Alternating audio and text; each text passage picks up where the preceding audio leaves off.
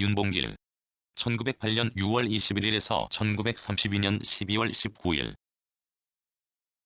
일제강점기의 독립운동가 1932년 4월 29일 일왕의 생일날 행사장에 폭탄을 던져 일본 상하이 박연군 대장 등을 즉사시키는 거사를 치르고 현장에서 체포되어 총살되었다. 충청남도 예산에서 아버지 윤환과 어머니 김원상 사이에서 태어났다. 본가는 파평이고 호는 매헌이다. 10세 되던 해인 1918년 덕산보통학교에 입학하였으나 다음 해에 3.1운동이 일어나자 민족정신의 영향으로 식민지 교육을 거부하고 자퇴하였다. 동생인 윤성이와 함께 한학을 공부하였고 1921년부터는 오치 서숙에서 사서 삼경 등 한문학을 계속하였다. 한문학 공부를 마치고 1926년부터는 농민 계몽, 독서회운동 등 농촌사회운동을 펴나갔다. 농촌사회운동 농민 계몽을 위해 농민 복본이란 교재를 집필하여 야학회를 조직, 학교에 다니지 못하는 농촌의 불우한 청소년을 가르쳤다. 농촌의 발전을 위해 부흥원이란 단체를 설립하여 농촌 부흥운동을 본격적으로 추진하였다.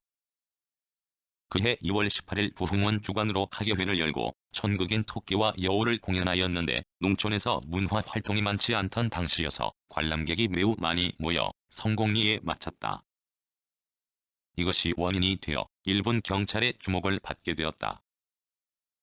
그러나 그 후에도 농촌 활동을 계속하였고 월진회라는 농민단체를 만들어 회장에 주대되었고 이를 기반으로 농촌자활운동을 펴나갔다. 또한 건강한 신체 위에서 농촌의 발전과 민족 독립 정신이 길러질 수 있다는 신념으로 수암체육회를 조직하여 농민들의 건강 증진 활동도 이끌어 나갔다. 만주 망명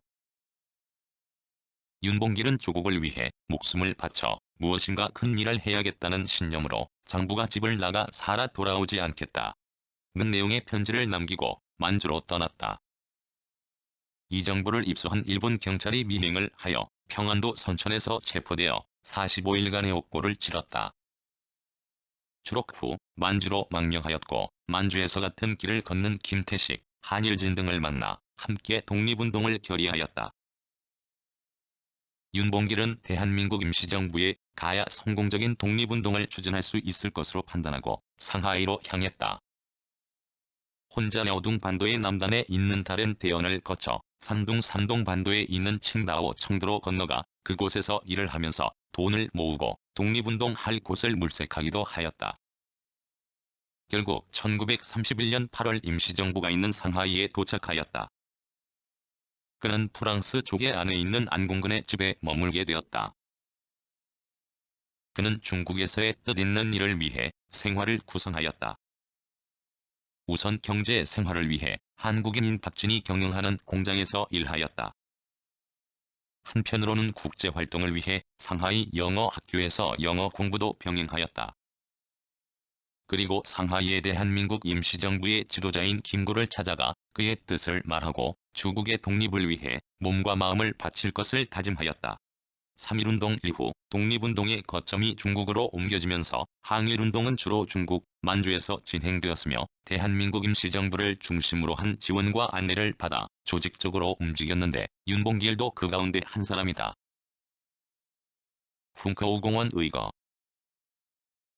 일본은 1932년 자작극인 일본 승려 살해 사건을 이유로 상하이 서변을 일으켰고 시라카와 백천의칙 대장의 지휘하에 전쟁에서 승리하였다.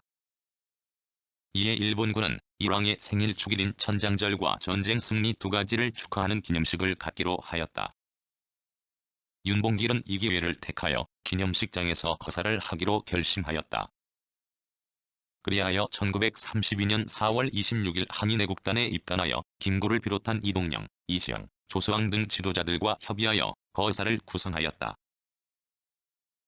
윤봉길은 야채상으로 가장하여 미리 기념식에 대한 정확한 정보를 입수하고 기념식장에서 투척할 수류탄도 제조하였다. 폭탄 제조 전문가인 김홍일의 도움을 받았다. 1932년 4월 29일 윤봉길은 폭탄을 감추고 식장에 입장하였다. 그리고 식이 한참 진행 중일 때 식장으로 다가가 수류탄을 던졌다.